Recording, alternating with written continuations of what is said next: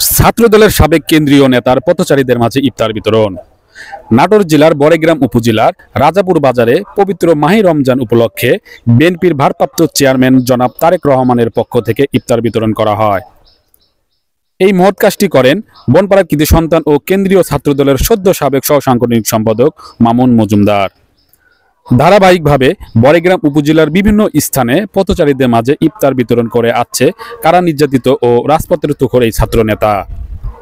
এই ইফতার পেয়ে পথচারীরা খুব খুশি এবং আয়োজকদের সকলের জন্য দোয়া করেন। ভিডিও করি নাকি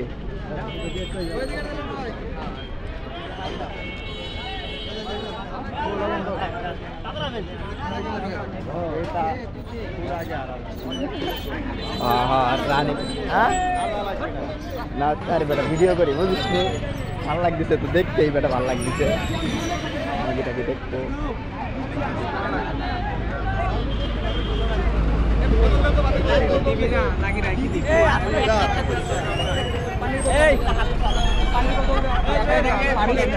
घंटा भर गुलाब के आगे घंटा भर गुलाब